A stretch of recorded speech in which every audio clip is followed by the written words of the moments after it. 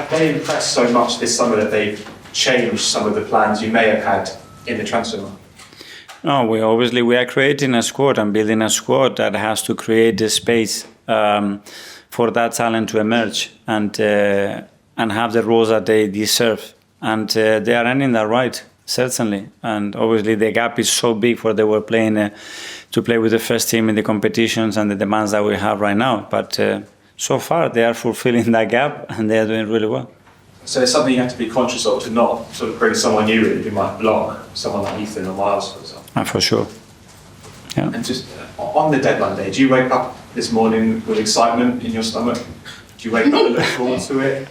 The first thing I do is I check the phone, say, Edu, no news. Okay, so far maybe good news, and that's it. And then let's see what happens.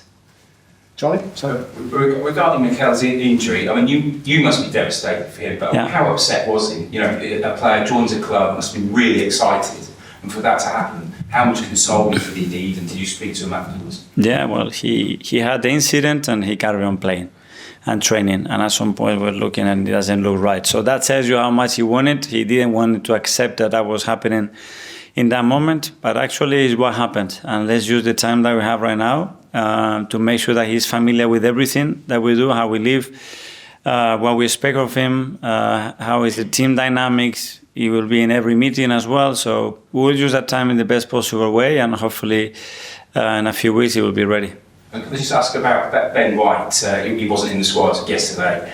Lee Carsley said that the ball's in his court. Have you spoken to Ben at all about England recently? No, not recently. And do you just think, do you expect this to continue, that he would just focus on Arsenal and not worry about England? That's totally his decision. Yes, sir? On Ramsdale, obviously last season there was a saga of Raya versus Ramsdale as to who was going to start, and obviously he's not been in the team, if he's not started for a while for Arsenal, now he's gone. What are your thoughts on his time at Arsenal? He's obviously had some big moments for you guys over the last few years, and do you think game time now at Southampton he could show the goalkeeper he actually is? I have really positive memories from the play that we signed, the excitement that he brought, what he actually did in a very short period of time. He earned the respect and love of everybody at the club and externally. He was part of the national team and he helped us to earn some success. And now we have to make a decision. It was the best for the three parties. We've done it and now we have to move on. This is football. Financially as a club, you've obviously sold Ramsdale and Nketiah, well, soon to be Nketiah, and Smith Rowe. And that's about 90 million. As a club, it must be from a financial point of view, quite good to sell off to your academy players that aren't getting into the academy graduates that will make the team. To get that kind of money, it's quite a good coup for the club, isn't it? Yeah, because there are a lot of decisions behind the scene and a lot of decisions that the club, the board, Edu, and the coaches have to do, and then the players that you have to develop them, you have to give them the right time, and they have increased their value, which means that they have improved as players, and they have a lot of interest from a lot of clubs, and that's something positive, that at least if we cannot continue with them or they want to find a different journey in their careers, that they have the ability as well to financially use that capacity to keep improving the squad. Okay, last couple now. Ed? Well, Mikel, just to clarify, who did Merino have a collision with in the training? Which? A player. Sorry. With a player. I didn't say specific name. Sorry. And just I think no, or maybe I did. It's okay, please. Did I? Apologize then, Gavi. If I say Gavi, it's Gavi already. Okay. And just to check on the transfer window, earlier in the window, you were talking about how difficult it's been this window to do transfers because of various reasons. Has that been the case till the end? Has it been particularly hard to do a really big signing this summer?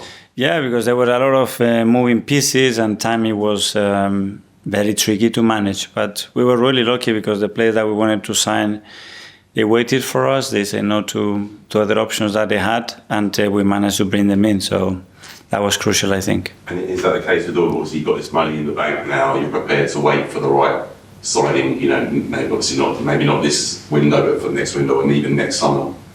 I don't know how much money is in the bank. We just try to obviously explain what we need, what we want to accomplish, what we want, and the club every time they want to try to facilitate what we are looking for when we try to explain the right reasons to it. Okay, finally, Don.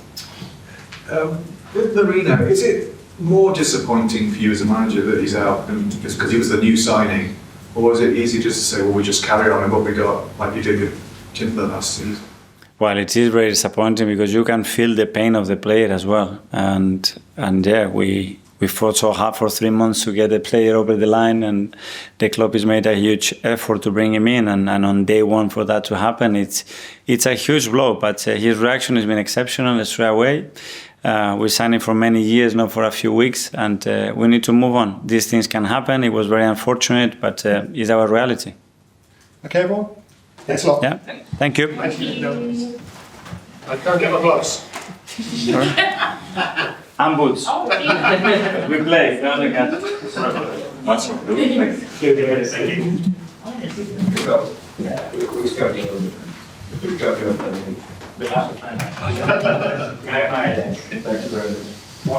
you.